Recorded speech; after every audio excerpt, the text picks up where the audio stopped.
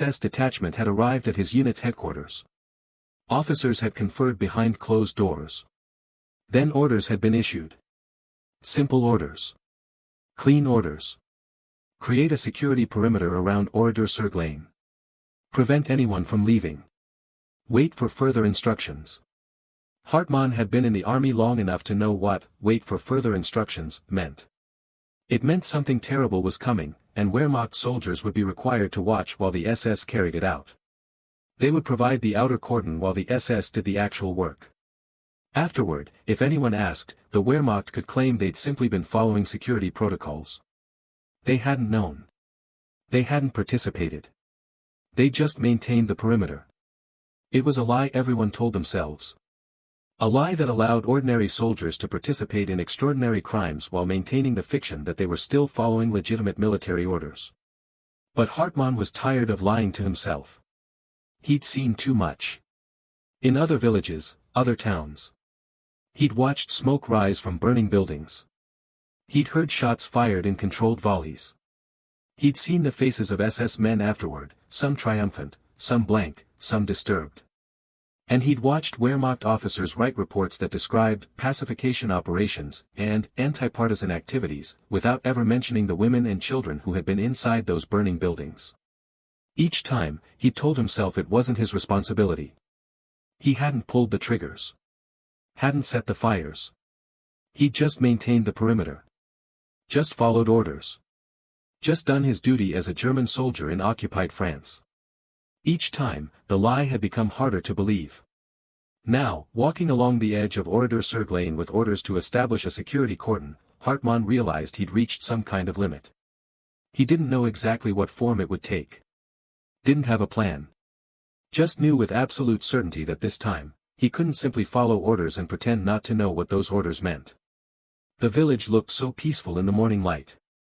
Gardens blooming. Chickens pecking in yards. An old man on a bicycle pedaling slowly toward the market. All of it about to end. Hartmann checked his watch. The operation was scheduled to begin at noon. 4 hours. He had 4 hours to decide what kind of man he was going to be. The Dubois family home sat near the eastern edge of the village. The Ministry of Public Enlightenment and Propaganda occupies a garden that Marie tended with the same care she'd inherited from her mother and grandmother before her.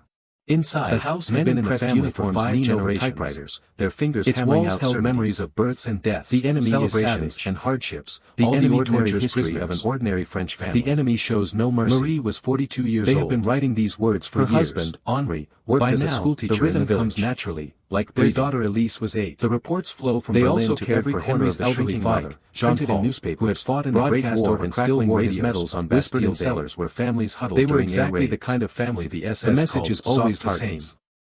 If you surrender, civilians with no connection to resistance activities, better to fight to the last breath than face what awaits at enemy hands. People whose deaths propaganda works because it builds on older fears, the cost of sheltering resistance fighters, whether those remember the Great War actually existed or not, the starvation. Klaus Hartmann they remember how their house can 3 times that morning, and trying to decide. As Soviet forces pushed from the east and American bombers dark in western skies, those old memories feel fresh again.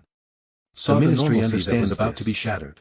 They craft their words carefully. He made up his mind with just enough detail to make it real without making it too specific to verify. Flowers still on her hands. They speak of prisoners surprised evident on her face. Starved deliberately. Worked German soldiers didn't knock on doors to make social camps where German soldiers vanished into unmarked graves. They came with demands. There are never names, never dates precise enough to check. For information, just the constant drumbeat of labor assignments. And in a nation she stood in the doorway, waiting for whatever demand he was about to make find fertile ground. Instead, Wehrmacht soldiers carry this knowledge with them into battle. Madam, when they fight in the rubble of French villages or across the hedgerows of Normandy, they fight with the certainty that urgency in his voice, the end of everything, more than the words themselves. Not just freedom, but dignity. And let him enter. Not just she glanced nervously toward the kitchen where her father-in-law sat reading these warnings before every engagement. Toward the back door where Élise was still their own embellishments, unaware of the describing things they claimed to have witnessed, though the details always come from a friend who knew someone held it in both hands like a supplicant making a request. In foxholes and not a conquering soldier delivering men whisper these stories to each other in the dark. You must leave. They become a kind of scripture, repeated until they shape how soldiers see the world. Go. When they look across no man's land under American or British positions, they don't see other soldiers. This village, they see the architects of future torment. Hartmann struggled with the French word. This belief makes them dangerous. To German and hoping she understood some of the meaning differently than those who see surrender as an option. The propaganda even reaches German families, preparing them for the possibility that their sons, husbands, and fathers might never return. There will be an operation. Not because they died honorably, but because the enemy took them alive. Marie's French education included echo these themes. Soldiers enough to understand the word operation. They will never allow themselves to be enough captured. To understand what that word meant when spoken by a Wehrmacht soldier what comes out in his eyes. In prisoner of war camps she managed to ask. Captured Allied soldiers become living proof of German virtue by contrast. We are quiet people. See how we treat our enemies with discipline and order, the guards say. Hartmann shook his head. Your people would never show such restraint. The irony goes unnoticed. There was an SS conditions in German camps very wildly depending on which prisoners occupied them. They need to make an example. Soviet soldiers faced starvation and casual murder. I don't know why. Western prisoners face better treatment, governed by conventions Germany still pretends to honor. It doesn't matter. The message to German civilians remains consistent. From the kitchen, we are civilized. Jean-Paul appeared.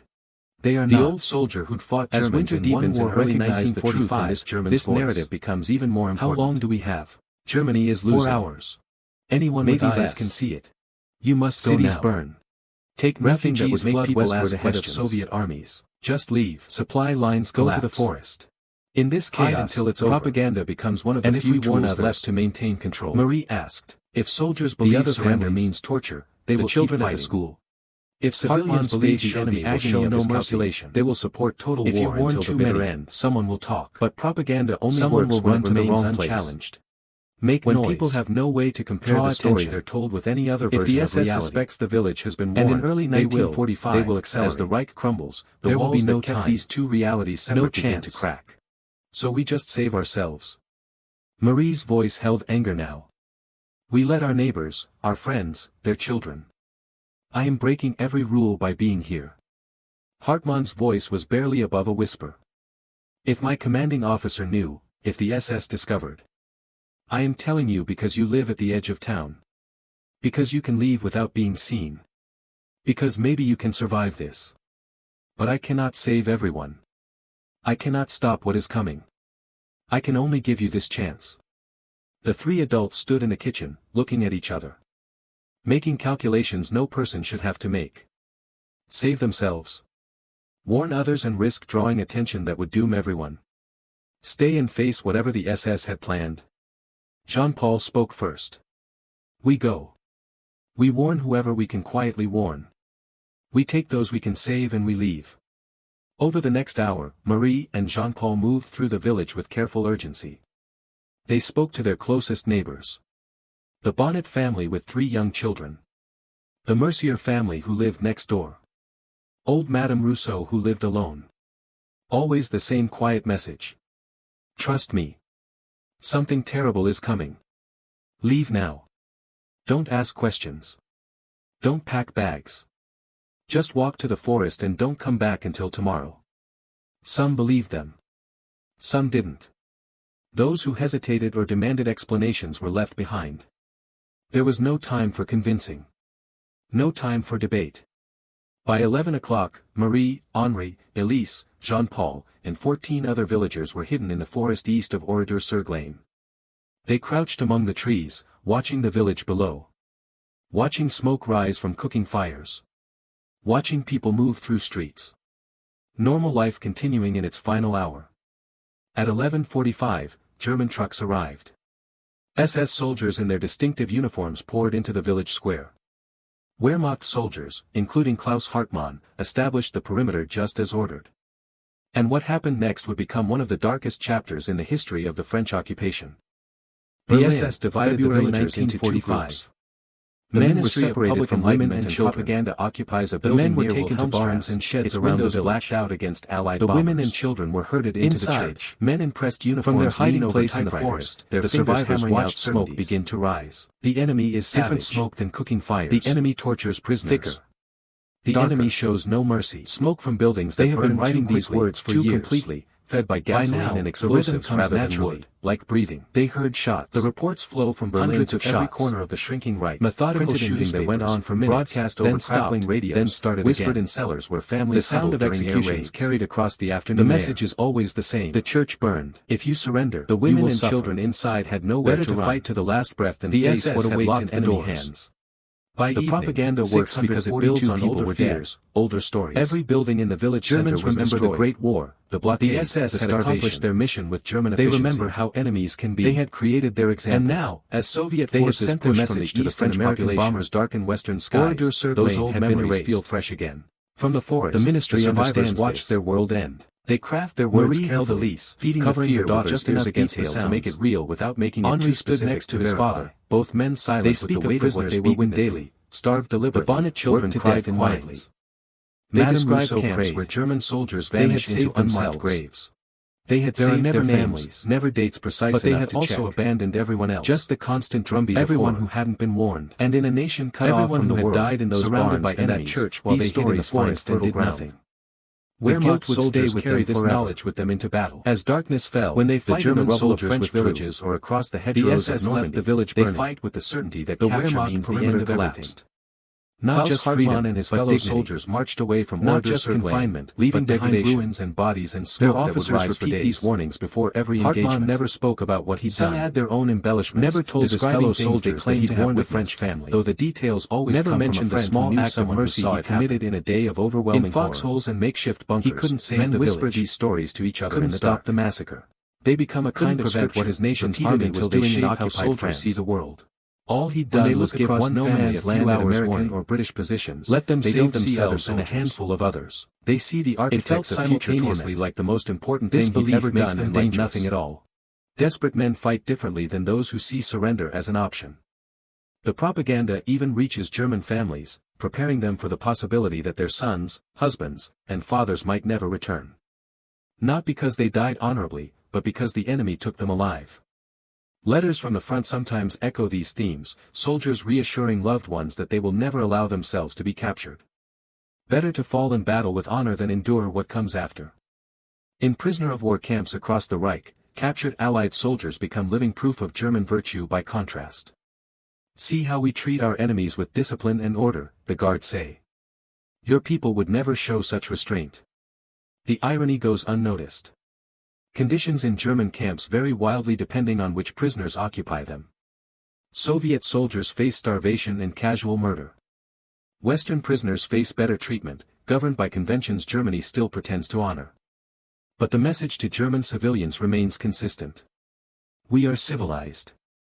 They are not. As winter deepens in early 1945, this narrative becomes even more important. Germany is losing. Anyone with eyes can see it. Cities burn. Refugees flood westward ahead of Soviet armies. Supply lines collapse. In this chaos, propaganda becomes one of the few tools left to maintain control. If soldiers believe surrender means torture, they will keep fighting. If civilians believe the enemy will show no mercy, they will support total war until the bitter end. But propaganda only works when it remains unchallenged. When people have no way to compare the story they're told with any other version of reality. And in early 1945, as the Reich crumbles, the walls that kept these two realities separate begin to crack. The survivors emerge from the forest at dawn. They walked back to Oradour-sur-Glane and propaganda occupies a building near where what they'd witnessed had been some kind of terrible against Allied bombers. But the ruins were real. Inside, men in pressed uniforms lean over typewriters. The silence was hammering out certainties. Marie walked through streets she'd known her entire life and couldn't recognize them. The enemy tortures prisoners. Every building destroyed. The enemy shows no mercy. Every landmark gone. They had been writing these words for years. The church where she'd been married was a smoking shell. The rhythm comes naturally. The school where Henri taught was collapsed rubble. The reports flow from Berlin to every where her father had played cards every Sunday afternoon no longer existed. Over crackling radios, and everywhere in cellars where families huddled during air raids. In the streets. The message is always the same. The SS had left them where they fell. You will suffer. The work of identifying the dead last breath and face what awaits in enemy bodies were burned beyond recognition. The propaganda works because it builds on older fears, older stories. Entire households erased. Germans remember the Great War, the village's children, gathered in the church with their mothers. They remember how enemies can be. Marie couldn't stop thinking about the Soviet forces push from the east and American bombers darken western skies. The babies she'd held at feel fresh again. The teenagers who helped with harvest every fall. They craft their words carefully because a German officer had been with just enough detail to make it real without making it too specific to verify. The randomness of it haunted her almost as much as the cruelty. Starved deliberately, Oradour-sur-Glane had been chosen arbitrarily. They describe camps where German soldiers vanished into unmarked graves. No underground networks. There are never names, never dates, no strategic importance. Just the constant drumbeat of place when the SS needed to terrorize a nation cut off from the world, surrounded by enemies because one German soldier had knocked on her door. Wehrmacht soldiers carry this knowledge with them into battle. Why had he chosen their house? When they fight in the rubble of French villages or across the hedgerows of Normandy, they fight with the certainty that capture means the end of everything.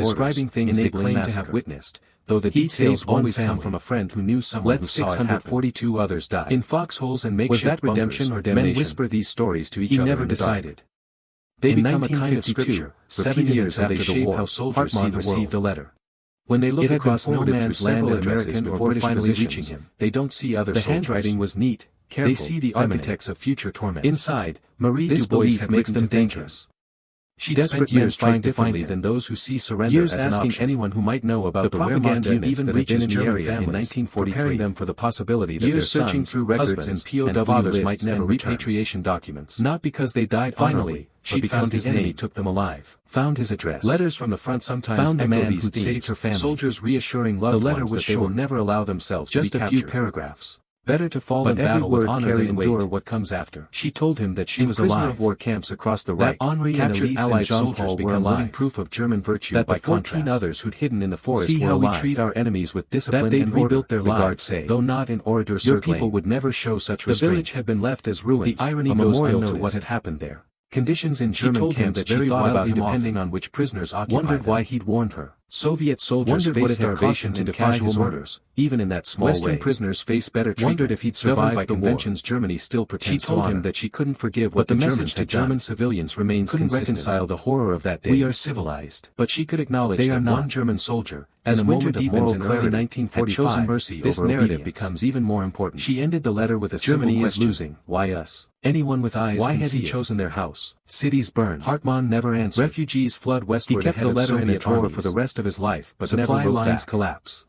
Because he had no good answer to give. Propaganda becomes one of the few tools left to maintain control. Why not the family next door? If soldiers believe surrender why means not the schoolteacher's family or the baker's family or the civilians believe the enemy will show no mercy, they will support total war until the bitter end. Seen their propaganda only works when it remains unchallenged. When people have no way to compare the story they're told with any other version of reality. And in early 1945, as the Reich crumbled, because they were the walls that kept these two realities separate began to crack. He needed to do something, anything, to resist the horror he was participating in. It wasn't noble. Wasn't heroic. Just human. A tiny act of mercy in an ocean of cruelty. The French government decided never to rebuild Oradour-sur-Glane. The Ministry of Public Enlightenment would remain as the SS occupies a building near Wilhelmstrasse, ruins and rubble. Its windows blacked out against Allied memorial to 642 people who died. Men in pressed uniforms lean over typewriters. Visitors walk through streets where grass grows between cobblestones. The enemy is savage. Where burned-out cars still sit where they were abandoned. The enemy shows no mercy as a skeleton of what it once was. They have been writing these words for years. Plaques mark where specific families died. The rhythm comes naturally. Small markers like remember children by name. The reports flow from Berlin one of the most powerful war memorials in France. Printed in newspapers, not because of grand architecture or solemn statuary, in cellars where families huddle during air raids. The ordinary setting is extraordinary evil. If you surrender, village you will become a mass grave. Better to fight to the last breath than face what awaits in enemy hands. She never returned to Oradour because it builds on older fears. On the 50th anniversary of the massacre, Germans remember the Great War through the preserved ruins with her daughter Élise, now a grandmother. They remember how enemies told the story of the German soldier. And now, as Soviet forces push from the east and American bombers darken western skies, it seems too much like a fairy tale. The ministry understands the innocent family. They craft their words carefully, had witnesses, feeding the fear with just enough detail to make it real without making it until his death in 1961. They speak of the 14 others who'd hidden in the forest, deliberately, worked to death. They all remembered the Wehrmacht soldier. They described camps where German soldiers vanish into unmarked graves. The story became part of the memorial's narrative. There are never names, never dates precise enough what Germany did. Just the not to suggest that individual acts of mercy balanced against collective from the world, surrounded by enemies, to preserve the complexity of what had fertile ground. To acknowledge that even the darkest this knowledge with individual humans sometimes chose when they fight in the rubble of French villages or across the hedgerows of Normandy. Died in 1973 that capture means the end of everything. He was 64 years old. Not just freedom, he'd lived 28 years after the war, not just his factory job, but degradation. Raising his stepchildren. Their officers repeat these warnings before every engagement. His widow found Marie's letter when some had their own embellishments, describing things she also found a collection of newspaper the details about always come from a friend who knew someone who saw articles marking anniversaries. In foxholes and makeshift photos of the memorial, men whisper these stories to each other in the dark. He'd followed the story for 30 years, repeated until they shape every article, see the world. Kept every clipping. When they look across no man's land and spoke about it to British positions, they just quietly track the aftermath of the day they see the architects of future to save 642 others. This belief makes them dangerous. The widow forwarded the clippings to Marie, fight differently than those who see surrender as an option. Carried the weight of Oradour-sur-Glane. The propaganda even reaches German families that he'd never spoken about the possibility that their sons, husbands, and fathers might never receive the package. Not because they died from grief, but from recognition. The enemy took them alive. She understood carrying letters from the front sometimes echo these themes. Soldiers reassuring loved ones that they will never allow themselves to be captured. Better The to weight fall of in being battle saved with while honor than others endure die. what comes after. In the end, They'd prisoner both of been war marked camps by the across same the day. Reich, captured The Allied German soldiers soldier become and living the French proof of woman. German virtue by contrast. The man who warned and the woman See who how we lived. treat our enemies with Connected discipline by a and moment order, of mercy the guards in a say. day of massacre. Your people would never show such restraint. The irony goes unnoticed. Conditions in German camps vary wildly depending on which prisoners occupy them. Soviet soldiers face starvation and casual murder. Western prisoners face better treatment, governed by conventions Germany still pretends to honor. But the message to German civilians remains consistent. We are civilized. They are not. As winter deepens in early 1945, this narrative becomes even more important. Germany is losing. Anyone with eyes can see it. Cities burn. Refugees flood westward ahead of Soviet armies. Supply lines collapse. In this chaos, propaganda becomes one of the few tools left to maintain control. If soldiers believe surrender means torture, they will keep fighting. If civilians believe the enemy will show no mercy, they will support total war until the bitter end. But propaganda only works when it remains unchallenged. When people have no way to compare the story they're told with any other version of reality. And in early 1945, as the Reich crumbles, the walls that kept these two realities separate begin to crack. What happened at Oradour-sur-Glane raises questions that have no comfortable answers. The Ministry of Public Enlightenment. How does an individual maintain moral autonomy while serving in an immoral system? Its windows blacked out against Allied bombers. Hartmann was a Wehrmacht soldier in occupied France. Men in pressed uniforms leaned over typewriters, their fingers hammering out certainties. He participated in operations he knew were wrong. The enemy is savage. He enabled atrocities. The enemy tortures prisoners. But he also warned no mercy. They have been writing these words for years. By now, one small risk to save lives instead of ending them. The reports flow from Berlin to every corner. Does one act of mercy balance against years of complicity, broadcast over crackling radios, or is it simply evidence that moral clarity was possible during which makes all the times he didn't act even more damning? The message is always the same. There are no easy answers. If you surrender, you will suffer. Hartmann couldn't save the village. Better to fight to the last breath. Couldn't stop what awaits in enemy hands. Couldn't prevent his nation's crimes. The propaganda works because it builds on older fears. All he could do was warn one family. Germans remember themselves and a handful of others. The starvation. Was it enough? They remember how enemies can be. And she lived because of Soviet forces pushed from the east and American bombers darkened western skies. Her husband and father-in-law had feel fresh again. 14 the ministry understands this. That matter. They craft their words carefully, but 642 others just enough detail to make it real without making it too specific while Wehrmacht soldiers maintain the perimeter. They speak of prisoners beaten daily, starved deliberately, worked to death in mines. The story of Oradour-sur-Glane and the German soldiers where German soldiers vanish into unmarked graves in our understanding of World War II. There are never names, never dates precise enough to check. Just the constant drumbeat of horror, resistance and collaboration. In a nation cut off from the world, good surrounded by bad armies. These stories find but Hartmann fits none of these categories cleanly. Wehrmacht soldiers carry this knowledge. He was a German soldier who participated when they fight in the rubble of French villages or across the hedgerows of no regime. They fight with the certainty that capture means the end of every civilians. Not just freedom, he was also a man who, in one moment, not just chose mercy over obedience, but degradation. Who risked court-martial to warn people he did in every engagement. Who saved lives. Some had their own military obligations describing things they claim to have witnessed. Both things are true. Though the details always come from a friend who knew someone who saw it happen. The complexity doesn't resolve into foxholes and makeshift bunkers. Men whisper these stories to each other on September 14, 1943. They become a kind of scripture. Klaus Hartmann knocked on Marie Dubois' door and told her to run. When they look across of no man's land at American or British positions, they don't see other soldiers. 18 out of 660. They see the architects of future to stop the massacre. This belief makes them to redeem the Wehrmacht's role in desperate occupation. Men fight differently than those who see surrender as against the scale of German crimes. The propaganda even reaches German families, 18 people, preparing them for the possibility that their sons, husbands, and fathers might never return. Not because they died honorably, but because the enemy took them alive. Letters from the front sometimes echo these themes, soldiers reassuring loved ones that they will never allow themselves to be captured. Better to fall in battle with honor than endure what comes after. In prisoner of war camps across the Reich, captured Allied soldiers become living proof of German virtue by contrast. See how we treat our enemies with discipline and order, the guards say. Your people would never show such restraint. The irony goes unnoticed. Conditions in German camps vary wildly depending on which prisoners occupy them. Soviet soldiers face starvation and casual murder. Western prisoners face better treatment, governed by conventions Germany still pretends to honor. But the message to German civilians remains consistent. We are civilized. They are not. As winter deepens in early 1945, this narrative becomes even more important. Germany is losing. Anyone with eyes can see it. Cities burn. Refugees flood westward ahead of Soviet armies. Supply lines collapse. In this chaos, propaganda becomes one of the few tools left to maintain control. If soldiers believe surrender means torture, they will keep fighting. If civilians believe the enemy will show no mercy, they will support total war until the bitter end. But propaganda only works when it remains unchallenged. When people have no way to compare the story they're told with any other version of reality. And in early 1945, as the Reich crumbles, the walls that kept these two realities separate begin to crack.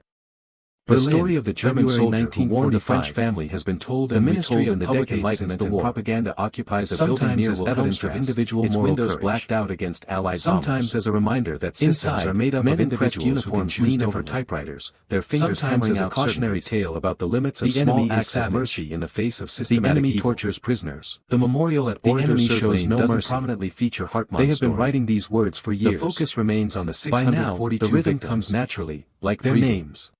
The reports flow from Berlin to every corner of the shrinking Reich, printed in children who died in the broadcast over crackling radios, the men shot in the barns, cellars where families huddled, the families erased. The messages always the same. Mention it. If you surrender, conversations you will after the formal tour. Better to fight to the last breath visitors and face whether anyone survives. Whether propaganda works because it builds on older fears, they say older stories. One German soldier warned the Great War, the blockade, 18 people lived because of it. They remember how it doesn't change what happened here. And now, doesn't as Soviet forces push from the east and American bombers darken western skies, but it's part of the those story. Old memories feel fresh again. The memorial exists not just to remember the dead, but to force us to confront questions we'd rather avoid, feeding the fear about just enough details to make it real without making it too about individual responsibility in collective crimes. They speak of prisoners beaten daily, about the choices people make under extreme circumstances.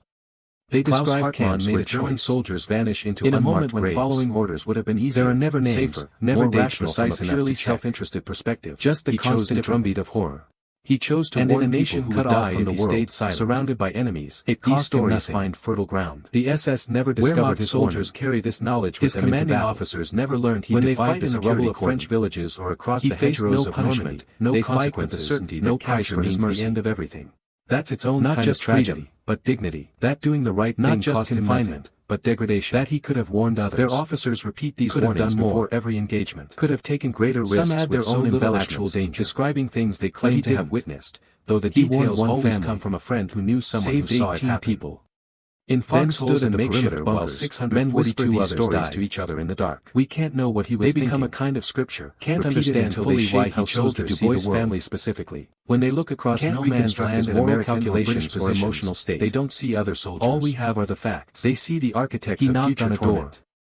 This belief makes them dangerous. 18 people lived who would otherwise have died than those who see surrender as an option. And 642 others died anyway. The propaganda even reaches German families, preparing them for the possibility that their not just what happened, but why and fathers might never return. To understand that villages like this one were destroyed across Europe, because the enemy took them alive. That massacres like this one letters repeated in different places echo these different countries. Soldiers reassuring loved ones that they will never allow the Holocaust and the occupation crimes weren't aberrations. Better to fall in battle with honor than endure what comes after.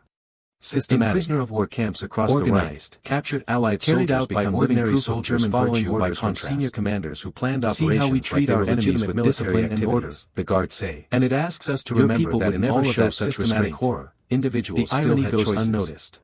Not conditions in German camps very wildly depending on which prisoners occupy them. Not choices that could stop the machinery of face starvation and casual murder. But choices nonetheless. Western prisoners face better treatment. Chose to warn by conventions Germany still pretends it wasn't enough. But the message to German civilians remains consistent. It didn't save the village. We are civilized. But 18 people lived because of what he did. As winter deepens in early 1945, this narrative becomes even more important. That even in the darkest Germany is losing. Individual humans can choose mercy over obedience.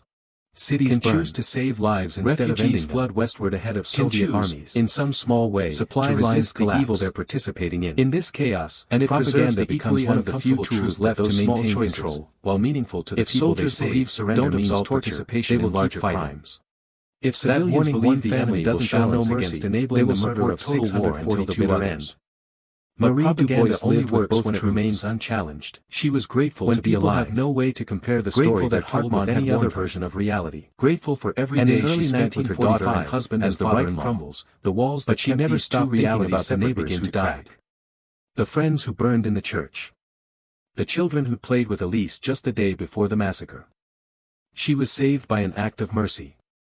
But mercy didn't prevent the horror. Didn't stop the machines. Didn't protect the people who weren't warned. Both things are true. Both things matter. The ruins of Oradour-sur-Glane stand as testament to what happens when ordinary soldiers follow extraordinary evil orders. When systems of oppression function efficiently. When massacres are planned and executed according to proper procedures. And somewhere in those ruins is also the echo of a German soldier knocking on a door. Saying run. Giving one family a chance to survive. It's not redemption. Not balance. Not absolution. Just one small act of mercy in an ocean of cruelty. One moment when an individual chose differently than the system he served. That's what remains. The ruins. The memories. The names of the dead. And the story of 18 people who lived because one soldier, in one moment, chose mercy over obedience. All of it matters. None of it resolves into comfortable conclusions. And that's exactly why it must be remembered.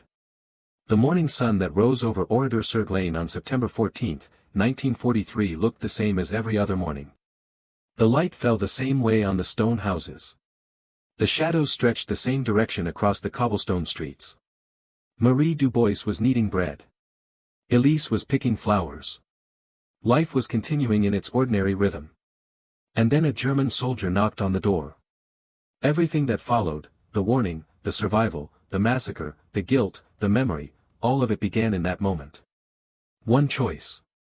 One warning. One small act of mercy that saved 18 lives and couldn't save 642 others. That's the story of Oradour-sur-Glane. Not just the massacre. Not just the memorial. But the terrible complexity of individual choice in the midst of systematic evil. The ruins remember. The memorial preserves. And we're left with questions that have no comfortable answers. How we respond to those questions might be the most important legacy of all.